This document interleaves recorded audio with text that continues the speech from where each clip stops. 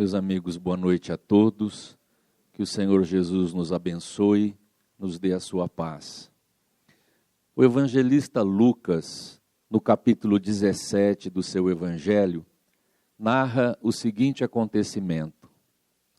Estava Jesus se dirigindo para Jerusalém e preferiu tomar o caminho entre a Galileia e a Samaria. Quando passava nesta região, próximo a um povoado, 10 homens leprosos reconheceram Jesus e correram, e a certa distância começaram a gritar: Senhor, tem piedade de nós. E Jesus, com o olhar de misericórdia, olhou para aqueles 10 homens doentes e disse a eles: Ide vós, apresentai-vos aos sacerdotes. Ouvindo essa assertiva de Jesus, os 10 leprosos começaram a se dirigir para buscarem os sacerdotes e se apresentarem a eles. E no caminho, os 10 foram curados. Quando um deles, que era samaritano, percebeu que estava limpo, que estava curado, resolveu voltar para agradecer o Senhor. E ele clamava em alta voz, agradecendo aos céus. Prostrou-se diante de Jesus e agradeceu entre lágrimas. Jesus então lhe perguntou: Não foram 10 os que se curaram? Onde estão os outros 9? Por acaso somente esse estrangeiro veio dar glória ao reino dos céus? E olhando para aquele homem que agradecido se prostrava ali, ele disse: Levanta-te e vai, a tua fé te curou. Nós vamos buscar nesta noite refletir sobre esse encontro de Jesus com os 10 leprosos. Nós podemos retirar muitos ensinamentos. Já que são 10 leprosos, nós vamos observar 10 ensinamentos que essa lição pode nos oferecer. A primeira lição que nós podemos retirar é que não há ninguém que não possa ser alcançado por Jesus. Veja que curioso, Jesus ia para Jerusalém. Ele não escolheu o caminho comum que todos trilhavam. Ele se afastou e buscou o caminho da divisa entre a Samaria e a Galileia. E ali havia um povoado onde os leprosos viviam, porque à época os leprosos eram excluídos. Eles tinham que deixar tudo, família, bens materiais, eles eram riscados da vida social. Se refugiavam e criavam pequenos povoados para viverem em grupo. Jesus então foi intencionalmente para aquele lugar. E então os 10 leprosos vieram rogar auxílio. Da mesma maneira, nós podemos retirar dessa ilação que não importa onde nós estejamos, a situação que nós venhamos estar, as nossas dores, as nossas aflições, os nossos erros, as nossas quedas, ninguém segue sozinho pelos caminhos da vida. E a bênção da vida espiritual, o amparo de Jesus, alcança-nos em qualquer lugar, em qualquer situação que nos encontrarmos. Vejamos que eles viviam distantes, sozinhos, sofrendo, e Jesus vai ao encontro deles. Da mesma maneira, quando nós estivermos em sofrimento, em angústia, ou mesmo nos equívocos, nos erros que nós cometemos, o Senhor pode nos alcançar. E Ele pode chegar até nós de maneira diferente. Como Jesus foi por um caminho diferente, o amparo espiritual pode vir, às vezes através de um amigo, às vezes através de um livro que nós estamos lendo, numa mensagem que nós recebemos, na fala de uma criança, recursos que a espiritualidade usa para nos alcançar, para nos auxiliar no caminho que nós estamos seguindo. Outro ensinamento é o de que o sofrimento afeta a todos, porque nós vimos Jesus falar a respeito do samaritano, do estrangeiro que voltou para agradecer. Ali entre os 10 estavam judeus e samaritanos. O sofrimento alcança a todos, judeus, samaritanos, ou seja, traduzindo para os nossos dias, o sofrimento não escolhe, ele está presente em toda parte. A dor visita o casebre, como igualmente visita a mansão. O sofrimento se faz presente na choupana, mas também no palacete.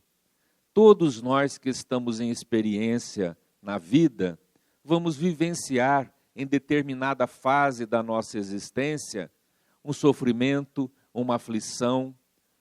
Todos nós teremos desafios na existência para nós superarmos.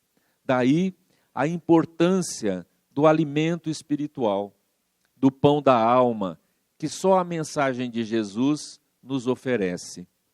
Gandhi chegou a dizer que podiam se queimar todos os livros da terra, e se sobrasse apenas o Sermão da Montanha, nada estaria perdido.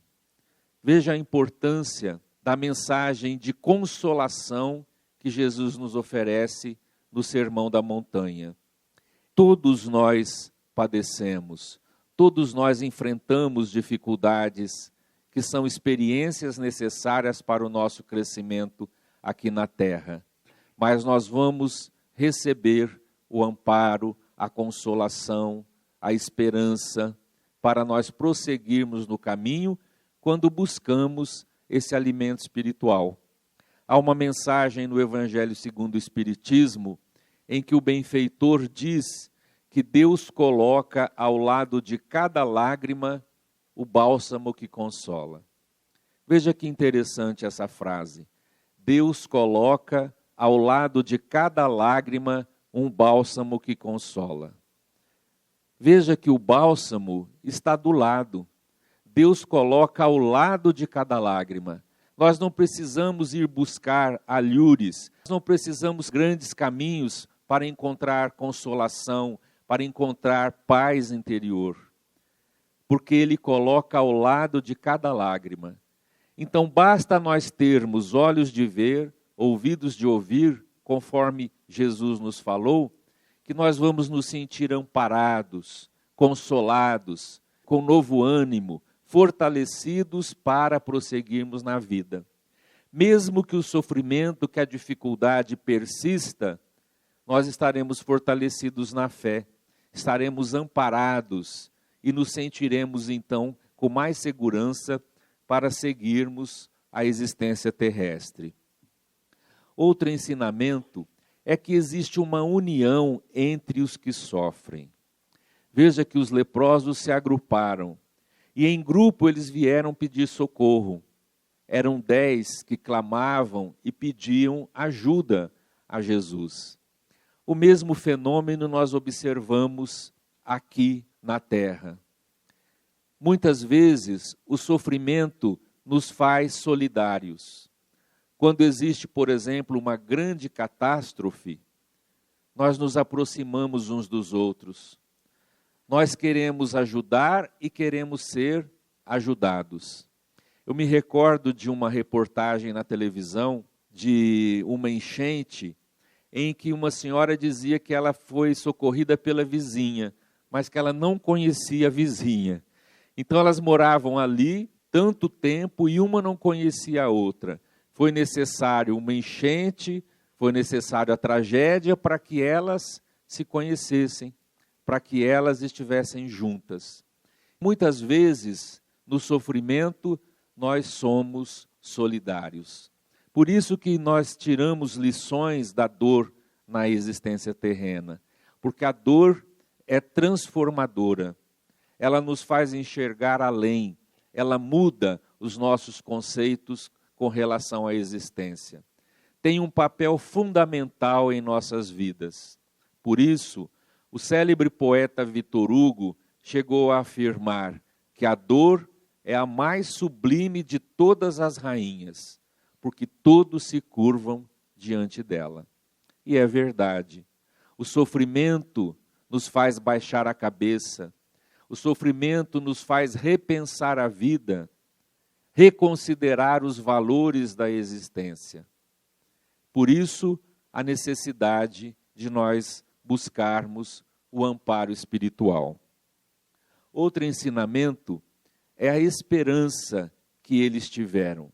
Esperança no sentido de esperar com confiança. Os leprosos, eles viviam marginalizados. Lá estavam padecendo, sofrendo. Viviam todo tipo de padecimento. A falta de alimentação, porque eles viviam de migalhas que os viandantes passavam e deixavam para eles. Era realmente um estado calamitoso, de muito padecimento.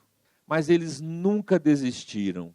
Tinham esperança de que um dia um socorro viesse.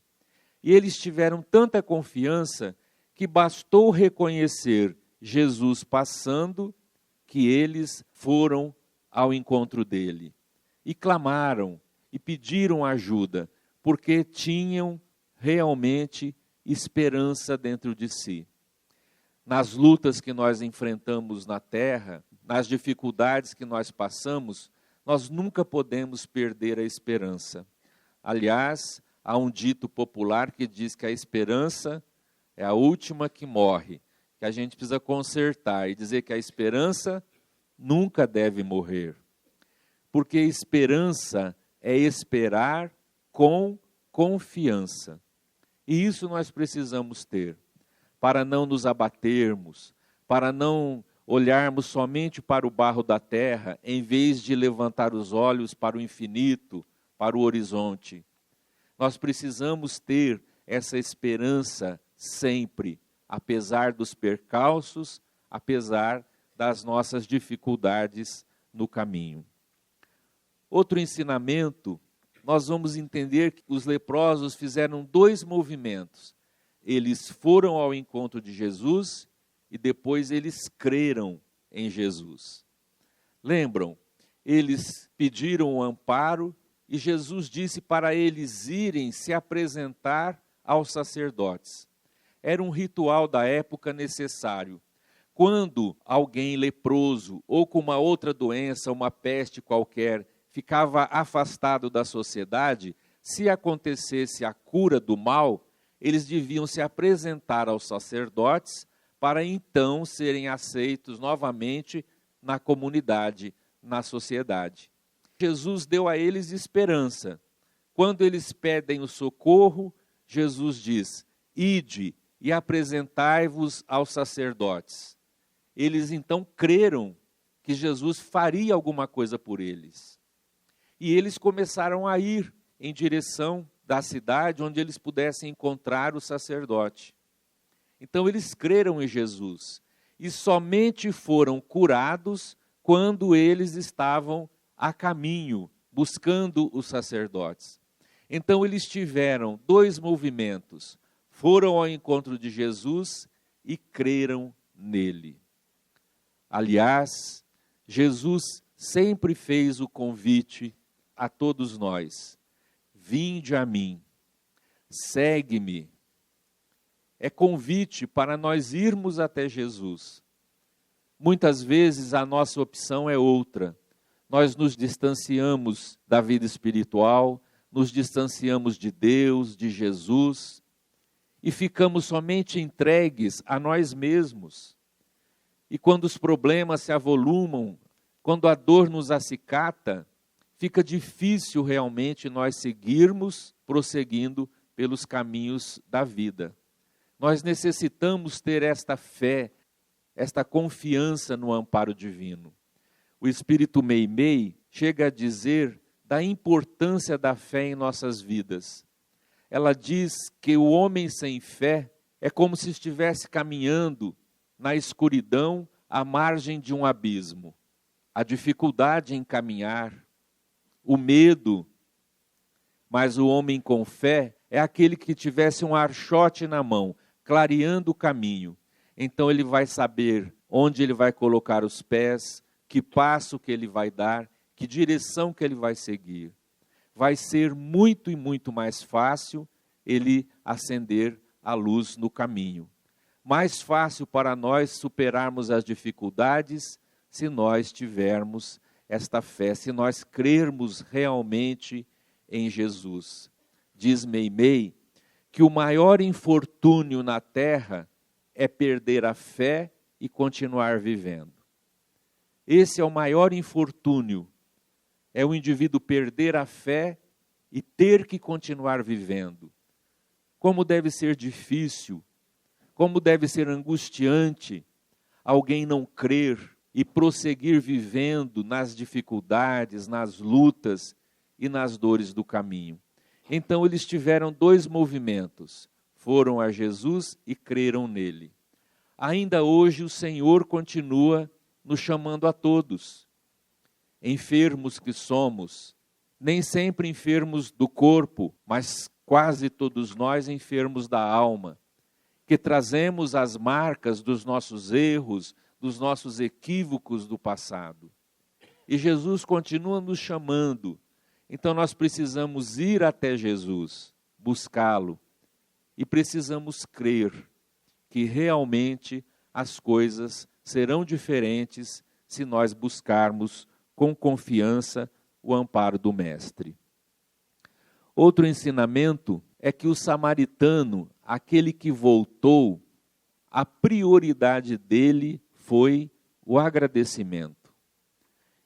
Imagine, caminhando todos eles em direção da cidade para buscar o sacerdote.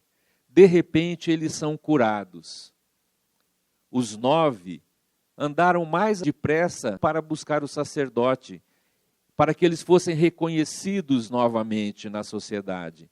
Mas um deles, o samaritano, quando se viu curado, ele voltou, porque ele queria agradecer. A gratidão por Jesus ter auxiliado, tê-lo libertado da enfermidade tão grave que ele possuía. E aí nós vamos compreendendo outros ensinamentos baseados nessa prioridade de agradecer. Quase sempre, nós lembramos de quem nos ofende e esquecemos de quem nos faz o bem. Às vezes alguém nos magoa, alguém nos fere, nos faz o mal, e nós carregamos a lembrança dessa pessoa por resto da vida. Fulano fez isso comigo. Fulano agiu dessa maneira. Nós nos lembramos de quem nos machuca, de quem nos magoa. E muitas vezes esquecemos daqueles que nos fazem bem. É muito comum isso. Nós não enxergarmos o bem, o benefício que as pessoas que estão à nossa volta fazem para nós. Nós lamentamos e nos queixamos e nos lembramos dos ofensores, daqueles que nos ofenderam. E muitas vezes não ressaltamos esses benfeitores que estão à nossa volta. Os nossos familiares, amigos, companheiros, que estão acerca de nós e quanta coisa faz por nós em nosso benefício e nós não enxergamos, e nós não ressaltamos, nós não agradecemos. Coisas simples da vida. Por exemplo, a nossa mãe ou a nossa esposa prepara o nosso alimento todos os dias. Uma mãe trabalha a vida inteira fazendo a refeição dos filhos. E nós não paramos para pensar nisso.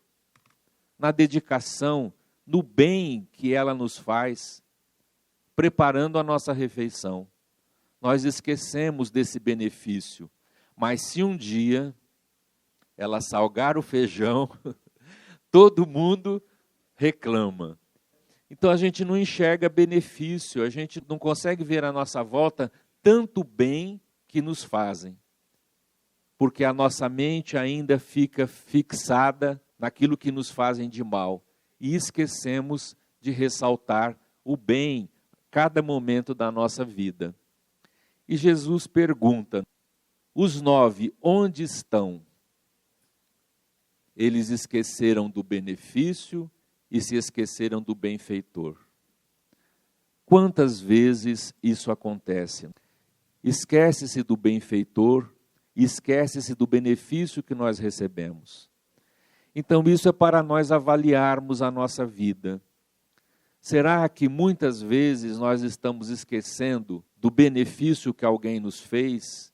Ou será que nós estamos até esquecendo do benfeitor que nos fez o benefício? Temos que avaliar essas coisas na nossa existência, para que o nosso caminho seja mais fácil, seja bem-aventurado, conforme nos ensinou Jesus. E aí nós vamos ressaltar a ingratidão dos 9. Alguém já escreveu que a gratidão é a memória do coração. A gratidão é a memória do coração. Então eu fico analisando esse samaritano que parou, viu-se curado e voltou para agradecer a Jesus. O que o movimentou, o que fez parar e voltar para agradecer, não foi o raciocínio, foi o coração. Foi o sentimento de gratidão. A gratidão é a memória do coração. Quando aquele homem resolveu voltar, ele não estava usando raciocínio. Aquele homem me curou, então. Ele agiu no impulso do coração.